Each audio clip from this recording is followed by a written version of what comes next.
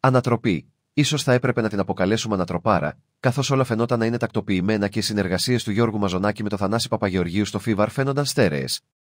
Ωστόσο, η συνεργασία αυτή κατέρευσε.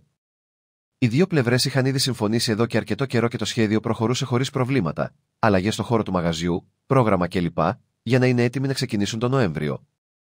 Πράγματι, πρώτοι εμείς σας ενημερώσαμε ότι ο Λευτέρης Πανταζής επρόκειτο να συμμετάσχει, αλλά τελικά αποχώρησε λίγο πριν τη συμφωνία των άλλων, αν και ο Μαζονάκης συνέχιζε όσο περίμενε. Και ενώ δεν υπήρχαν ενδείξεις διαφωνιών ανάμεσα σε καλλιτέχνη και επιχειρηματία, οι πρόσφατες αποκλειστικές πληροφορίες από το yougikli.gr ήρθαν για να ανατρέψουν τη μέχρι πρότινος ήρεμη κατάσταση.